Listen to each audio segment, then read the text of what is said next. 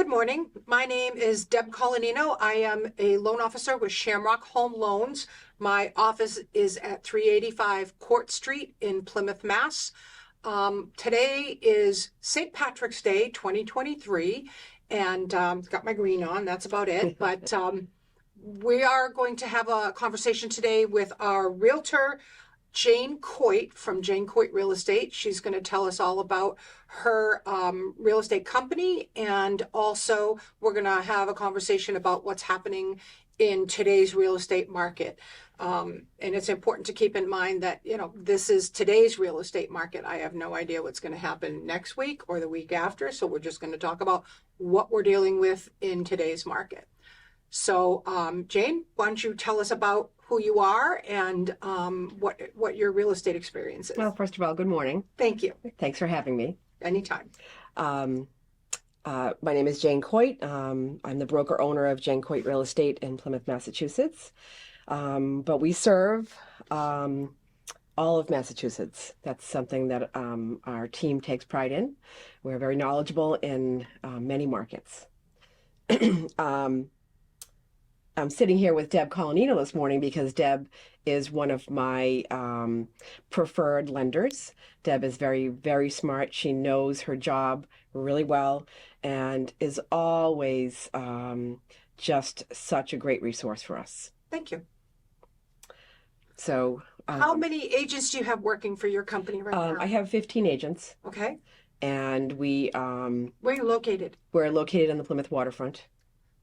The beautiful yellow building with the blue awnings. Correct. You'll see it right down by the Rotary. It's a great location. Yeah. If you're ever walking by, just stop in and say hi. Yeah, always someone there to greet you. Yes, there is. There is. Jane and I, we've known each other for many years. We've worked in our real estate business for many years. We both bring a lot of experience in that to our offerings for our clients. What I would like to talk about, I've got a couple of questions that seem to be the questions that most people are asking me. So I'm going to see what your response is basically, what do you find is the biggest challenge that buyers are facing in our market today? Well, the inventory levels are very low still. Mm-hmm. They have not changed. Yeah. They fluctuate. We might get a spurt of new listings, and then the levels go down again. So the challenge for the buyers is the rents are really high.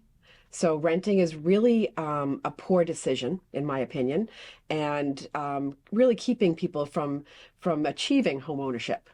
So if they're able to and they qualify, getting into a house is really, really frustrating at the moment. Yeah. Because they missed the opportunity to grab onto the rates that were historically low. Yeah. And they've really doubled in the last 6 months. Yes, they have. And that's we have our ebbs and flows in the market, but that's really dramatic. Yes. And I think that's the fallout that you and I are trying to deal with right now. But like they say, date the rate, marry the mortgage. So marry the house. Yes. Absolutely. Marry the house. So you're able to keep in touch with your clients once they are able to qualify and get into a house and find a house and secure a house. They don't have to be married to that rate. Right.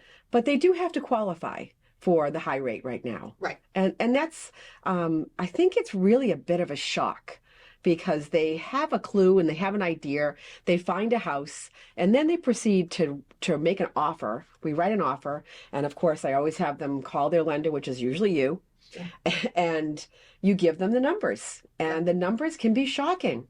They're not just $500 more than they anticipated. They are double what they thought they would be paying last year. Yeah. So it's hard. It's really hard. It's scary, because they don't know what's going to happen with the economy, right, with their jobs, with their market. And then they have parents and people that care about them that are really, cautioning them not to get involved into a situation that they can't handle. Yeah. It's really scary. It is. What I'm finding when I'm pre-approving borrowers right now, mm-hmm, is, again, they know that the rates 2 years ago were at 3%. Mm-hmm. And when I tell them today that rates are at 6.5% to 7%, And I then have to explain to them what that translates into, because really it's all about their monthly payment. Yeah. And that's one of the biggest questions is, what do you want to write a check for every month for your principal, interest, taxes, insurance, and in most cases, mortgage insurance.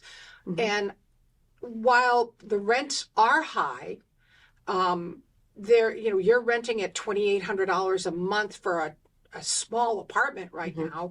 I have clients right now who are spending $3,200 a month on rent, and the landlord just sent them a notice that he's going to go up, and you have no control over that. Your landlord can go up on his rent anytime he wants. Correct. And rent is 100% interest. You gain nothing from paying rent other than a roof over your head. And if you look at 2 years of rent, that's a big number to get. It's like $50,000 or more. That's a down payment. Yes. Yeah. So, to get out of the rent racket and into home ownership at a time when rates are at a 6.5–7%. Mm-hmm. The good news is we had some downward trend this week, and I think we're going to continue to see that. I believe that we have peaked. All of the mortgage gurus that I listen to and that I follow are saying that we have peaked as far as mortgage rates are concerned, and that we are going to see a downward trend moving forward. It's not going to be a fast downward trend. It's going to be a slow, subtle downward trend, but it will be a downward trend. But what will happen, as you and I know, is there's not enough inventory on the market. So when you're bringing buyers to a property and they're submitting an offer, there could be 10 other offers on that same property. It's still happening, yeah. It is still happening that way. So what I'm telling my buyers is and I just said this yesterday to one of the buyers that we have. Yep. Together mutually. I said, don't take your foot off the gas. They didn't pull a trigger last weekend because the rate was hit 7 for them. So that number was just not affordable. Yep. And I said, but don't take your foot off the gas because, like you said, the rates are going to start to tick down. And we don't know if they're going to go down gradually or if all of a sudden there'll be a dip for 2 months. We don't know. So I said, keep your eye on the houses, keep your eye on the ball. Let's proceed because all the stars have to align for you to win. Yep. And they will. And they will. We know that from experience. Yes. They will. And again, this isn't our first rodeo. We've been doing this Right. for a long time. So we've seen, bad markets and good markets. This is not a housing bubble market. No. And that is important for our buyers to understand right now, because a lot of them are like, well, if I pay this much for the house, what if the value comes down? And that may happen in other parts of the country.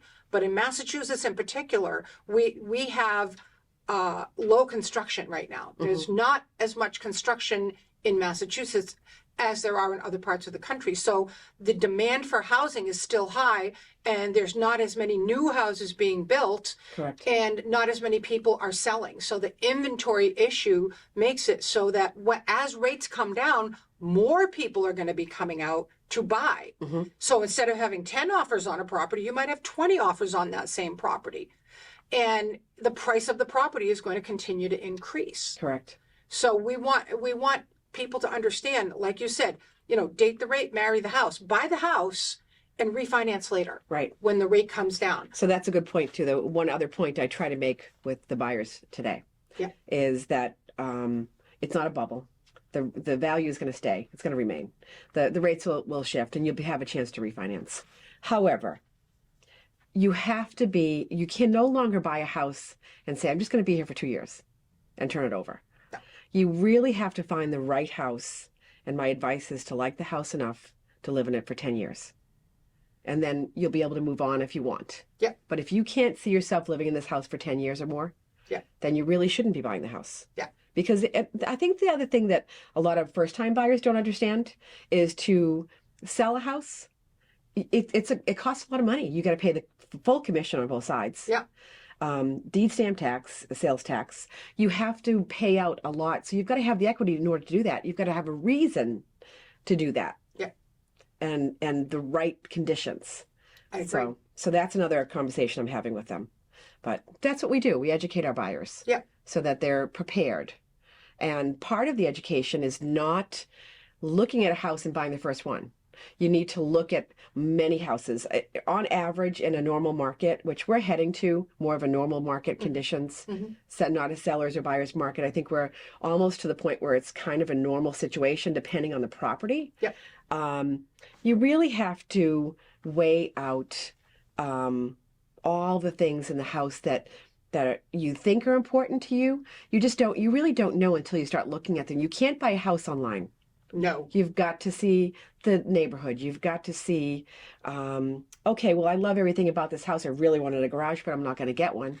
But I do like this house enough. So is the garage really, number one on your list? You have to start looking at what is more important. What are your priorities? Exactly. What's most important for you Yeah. to live day to day? And you don't make those decisions until you start walking through a house. So that's what's really important about getting back to actually looking at houses. And I think most buyers look at 10 to 15 houses before they find the house. I agree.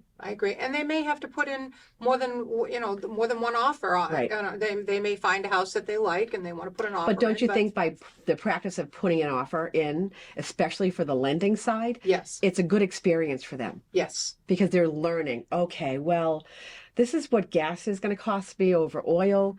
This is the electric company that I'm working with. This is the average electric bill for this house. Yeah. Perhaps I don't need 3,000 square feet. Maybe 2,000 would be enough. Yeah. I have to heat that house. There's all these factors involved, and taxes from town to town can be so different. Yes.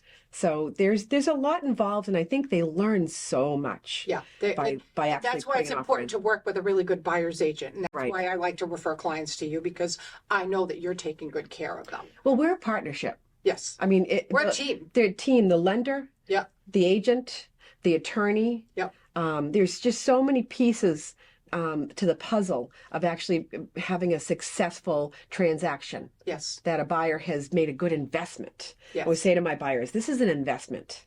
It's not just a place to live, but it's an investment. You have to look at it that way. Right.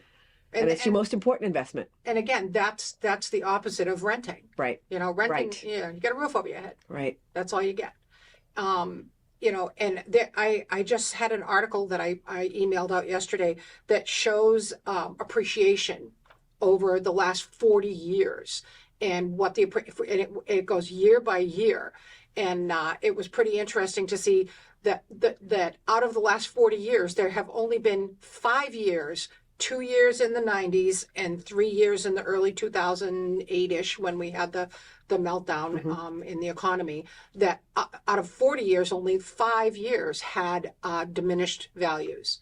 And then they all came back up again. Wow. So it is an investment. And I can honestly say, if you're looking at the stock market or you're looking at real estate values, your return on a real estate value is so much higher. That's correct. And yeah. more secure and more level, and you get to live in it. Right. So, Paying yourself. yeah, exactly. Invest in yourself every month. It's the biggest investment you're ever going to make. And you have to buy right your first time out. Yes. If you don't buy right the first time, I pride myself in my business being successful, because I always say to my buyers, if I can't get you out of this house in 5 years and you want to buy another house, Yeah. I didn't do my job. Right. You didn't buy right. Your first purchase should be a good, solid investment. Yes. And knowing that within 5 years, you can move on to another house and there'll be enough equity for you to move on. Absolutely. So that takes a lot to do. It's a lot of homework between you and I.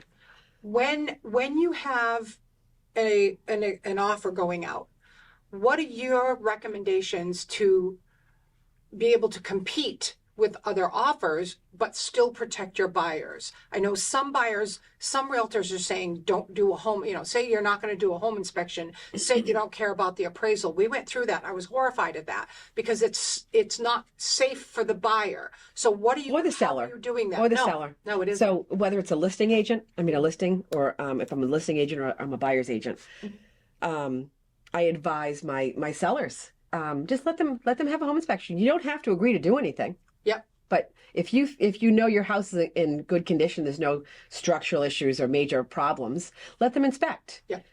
Everybody should be under full disclosure on what they're purchasing. Yeah. And that's the difference with the last couple of years and all the frenzy in the housing market, waiving inspections, waiving appraisals. The appraisal is one thing, because that just means that you're more financially sound and you can actually, gap an appraisal. that comes through that's a little low.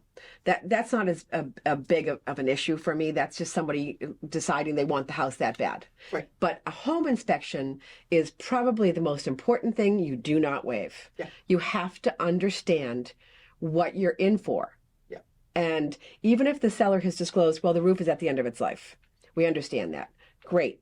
Well, what does that mean? Is there a ventilation problem? Is it just the roof? I mean, what does that mean? Right. Do you have mold in the attic because of the roof? They have to financially plan for it. Even if they've accepted it, Right. they still need to know to what extent is this going to cost me? Yeah. So I think that, and the sellers don't understand that if they don't disclose something, and it's found after the fact, yes, it costs money to hire attorneys, but something could come back to bite them. Yes. And you don't want that either. You want to walk away from this house free and clear. And you want to know you did the right thing by the buyers. Because it's an expensive purchase now. So they do need to protect themselves. Absolutely. And I think the other part of this too is the multiple offers that have been going on. You really, again, inform your clients, make sure they know exactly what they're up against. But at the end of the day, if you protect them to a point that they don't get a house, that's also your job not done. Right. Right. So you don't want to go too far the other direction. So you just have to educate and inform and not give your opinion, give them facts. Right. Let them make their own decision. Let the parents be involved. Let everybody be part of their information. Yeah. And then they'll make a decision. Most buyers are pretty educated when they come to me to a degree because of the internet. We have information out there that does help to a degree. Sometimes it's a hinder. Yeah, sometimes it skews it a little far in the other direction. But that's why we're here. Yeah. That's the whole idea of the teamwork. Is if you have, I know that when I talk to a client to do their pre-approval, if they haven't talked to a realtor yet, I give them, as much information as I can on my end of it. And then when I refer them, I want to send them to someone that I know is going to protect them and is going to take care of them and educate them. So it is really important to have all the information out there. And I think that, the fact that you do advise having the home inspection, while, if a seller is looking at an offer and they see they've got 5 offers and the offers are all similar, but one says they're not going to do a home inspection, that shouldn't be the reason that, and the buyer's agent shouldn't advise them not to do a home inspection. So I like the idea that, that is part of protecting the buyer. Just for informational purposes. Yep, absolutely. But everything should be fully disclosed. Yeah, I agree. It's always a healthy transaction when everybody knows what the factors are involved. I agree. All around. We were talking about, sellers and when you're talking to people who are looking to sell, what are you finding is the main reason why are your sellers selling right now? Because we know there's an inventory issue, and there's not a lot of sellers. A lot of people have decided, well, where am I going to go? Right. So I would say the listings I've had recently or have coming, downsizing. Okay. And I think, there is still that factor of, to run a house that's 3,000 or 4,000 square feet is no longer desirable to a lot of people. Okay. So I do have a house listing coming in Sandwich that they're downsizing. Yep. They don't need this big piece of property in this big house anymore. Excellent. So that's still, I think we're back to normal conditions to a degree. Okay. That people are either moving south, downsizing, making their first purchase for a buyer, but back to sellers, or they're moving out of state. That's there are parts of the country that are the cost of living is more desirable to somebody that's retired or nearing retirement. They just want to get out of the snow. Yeah. Not that we had any this year, but seasons. Correct. Yeah, okay. That could be a big factor too. So which is normal. Some of it's divorce, Yeah. And some of it is also people being upside down because they purchased, in these multiple offer situations, these high bidding wars, and they paid too much and they can't handle it. Yeah. Even with the rate being low. Yeah. Yeah. I think a lot of people did stretch a little too far in the last 2 years, and it does create it creates an issue if you're having trouble paying your mortgage and you got a 3% mortgage, but you paid $25,000 over the appraisal value just to get the bid out there. Right. So I don't think we're going to see as much of that this spring season and into the summer. And buyers are now, even if it's a great house that comes on, I've had it the last few weekends, they go and see it, they love it, they want to make an offer, they call you or their lender, and they are hit with the reality of what the monthly payment is, and they pause. And it's funny because I like last weekend with a buyer, we were at an open house and they loved the house and paused, called you, wanted to know what the numbers were. I reached out to the realtor and she still didn't have any offers yet. So not sure how many she got, but she was expecting quite a few. And I think the reality is she may have had one or two. Right. So no longer 10, 20 offers. That's over. Good. That's over. Which is good. It is good. It is good. So this the rates doubling and the conditions changing they had to change. I'd like to address the interest rate Sure. question, because that's what the first question everybody asks me every time. So what's the rates today? And and I'm just like, well, It's like your middle name. Hi, Deb. What's the rates today? Yeah, hang on for 10 minutes and they'll change. I mean, but realistically, the rate, the misconception is that when the feds raise the interest rate, that automatically mortgage rates go up. And that's not true.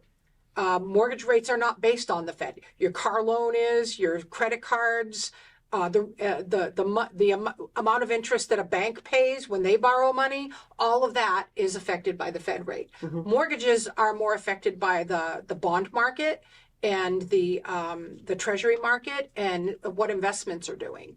And so the volatility in the stock market and the volatility in the banking industry that has really shown its ugly side this past week. When things start to settle down a little bit, we're going to see the calm, quiet lowering of rates because the market is reflecting that. So Great. Don't panic when you hear that the Fed is going to raise rates. It's not raising mortgage rates. They have nothing to do with raising mortgage rates. I think that's such the biggest misconception too. Yeah, and I get people, they hear on the news, they're like, oh, the Fed's talking about raising the rate again. And they're like, oh my God, now what is it going to be? And they start freaking out all over it. And I'm just like, I feel more like, lately I feel like a therapist because I'm just like, it's okay, calm down. It's not going to affect the rate, and we can float the rate until, 10 days before closing, and we can do this and we can work with this. But when I'm doing a pre-approval, I'm using a higher rate just in case, because if we can do better than that, yay. But Correct. if it does go up, I want to make sure you still qualify. And they can afford it. And they can afford it. And I want them to know, what is your payment going to be?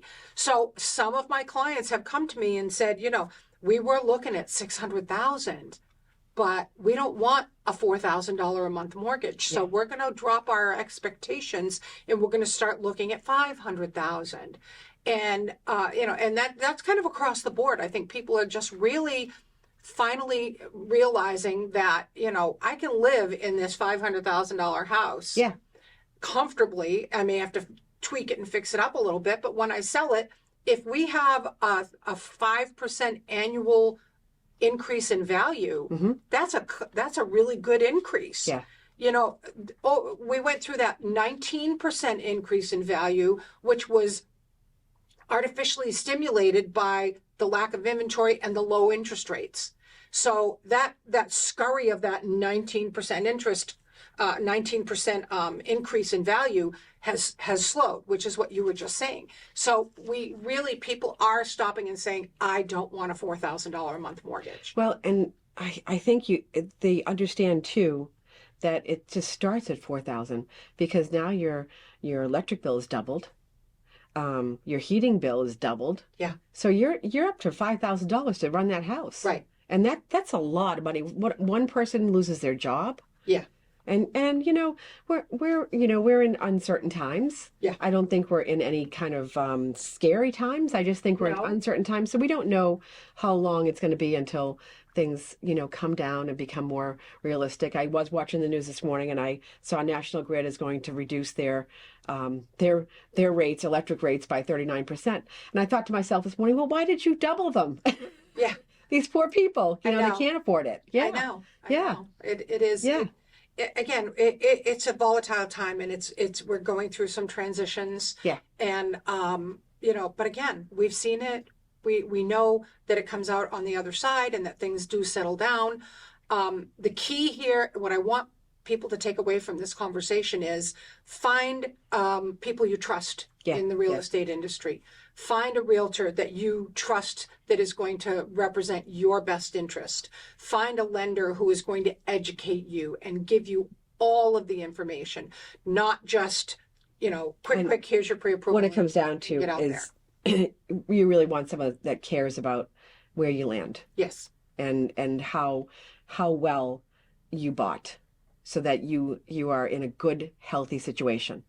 And we, both of us we've got clients, we've gone through the whole family. The whole family. And they trust us. Yes. They trust us to help them make the right decision. We don't make the decision. No. We educate them. We make sure they understand all the ins and outs of that purchase, the property, what the mortgage market is doing at that moment, and what the the consequences are in the purchase that they're going to make.